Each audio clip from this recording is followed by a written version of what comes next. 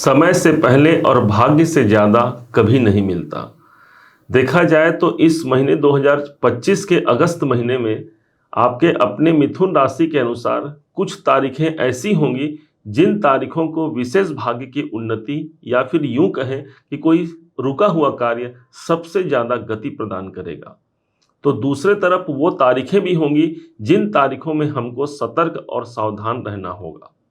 हमने कुछ तारीखों का लिस्ट आपके लिए निकाला है। चंद्रमा के गोचर और नक्षत्रों के आधार पर उस लिस्ट को जानिएगा जरूर।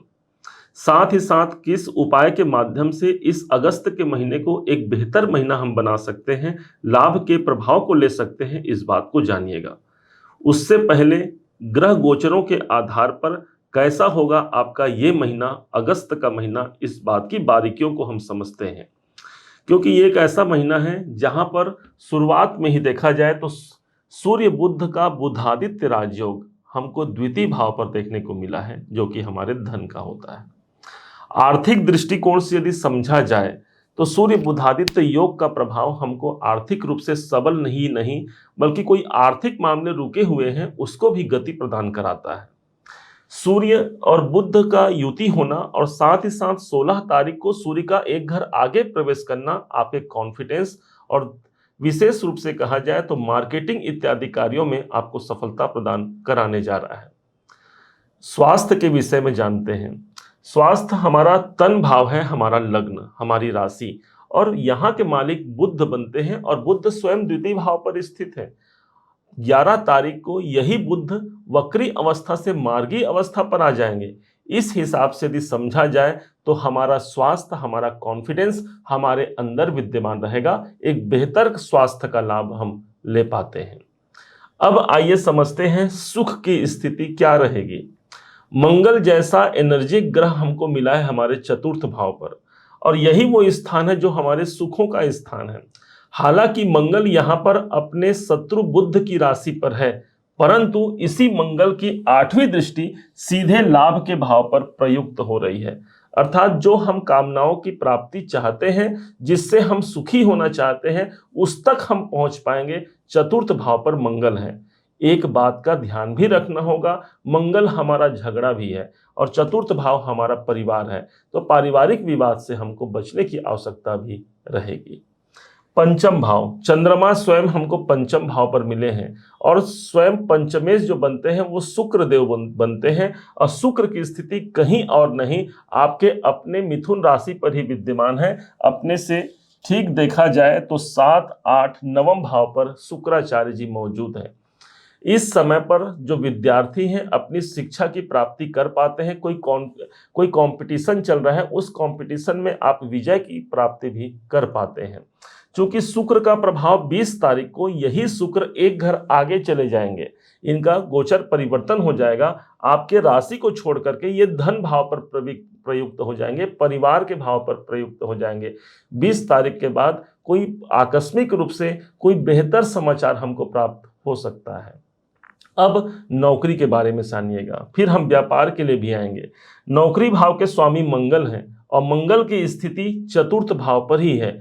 चतुर्थ भाव हमारे सुखों का होता है, तो इस समय पर हम अपने काम धंधे में यदि देखा जाए, अपने नौकरी में देखा जाए, तो हम सुख की प्राप्ति कर पा रहे हैं। यही नहीं, यदि आप अपने घर के आसपास कोई जॉब की तलाश कर रहे हैं तो अपने परिवार, अपने घर के आसपास आपको वो माहौल, वो जॉब की प्राप्ति भी हो सकती है।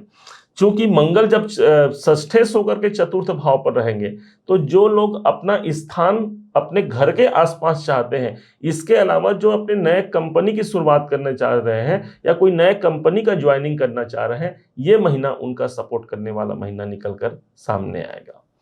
अब आइए समझते हैं व्यापार की स्थिति क्या रहेगी। व्यापार भाव के स्वामी देवगुरु बृहस्पति हैं और इसी महीने 13 अगस्त को देवगुरु बृहस्पति पुनर्वसु नक्षत्र पर प्रवेश कर जाएंगे। पुनर्वसु नक्षत्र के मालिक स्वयं देवगुरु बृहस्पति बनते हैं, इसलिए एक ग्रह अपने ही नक्षत्र पर होगा, अर्थात उसका पावर बढ़ जाएगा, उसका फल देने की जो प्रवृत्ति है वो बढ़ जाएगी। यही वो समय होगा जब व्यापार में एक नवीनता को हम हासिल कर पाते हैं।